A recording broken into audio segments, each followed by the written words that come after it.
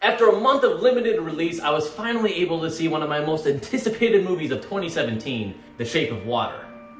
The trailers looked extremely compelling, and I was excited to enter in this fairy tale world created by Guillermo del Toro.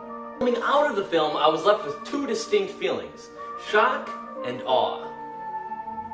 I was in complete awe of what I had just seen, a visual feast inside of a truly lovely story that accomplishes its goal of making you fall in love with the characters as they fall in love with one another.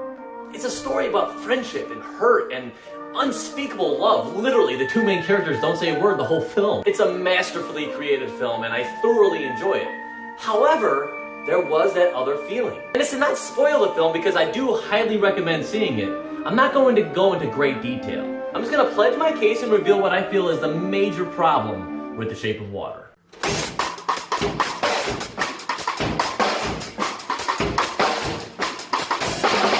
Before I get too ahead of myself, this isn't the only problem I had with the movie.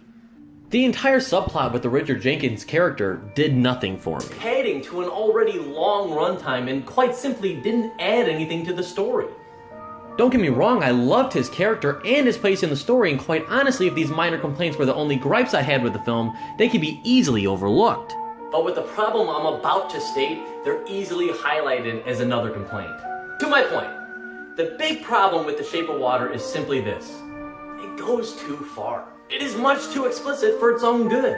It takes the idea of a fairy tale and tells you straight away that this is the grown-up, adult version. And that in itself is fine, but in its execution, I feel that the film loses its way by continuously reminding us that this ain't no Disney movie.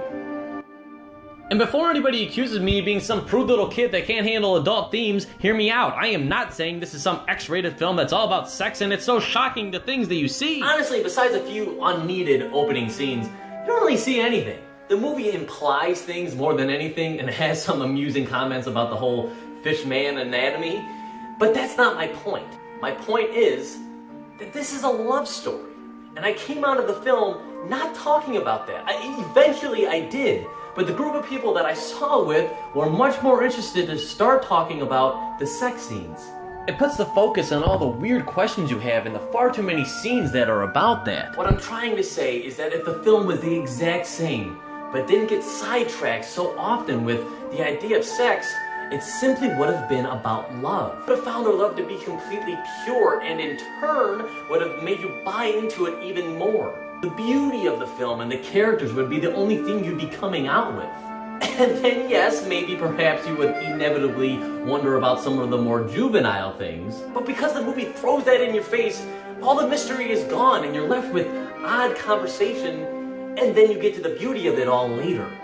Look, a few days have gone by since I've seen the film, and all I'm left with is the beauty. I truly love so much about the film, but unfortunately, every single time I really think about it, I get taken right back to those original feelings of shock and awe. And I can't help but to feel, if there had only been a little less shock, I would have been in complete awe. Anyway, those are my quick thoughts on The Shape of Water, a film I really liked, but could have loved. Let me know what you guys think. Do you agree? Do you disagree? Am I nuts? Or do I have a point? Anyway, thank you guys so much for watching. If you like this and you want to see more reviews from a guy like me, Tom Waterloo, then please like and share this video, leave a comment down below, and most importantly, subscribe. I'll see you guys in the next one.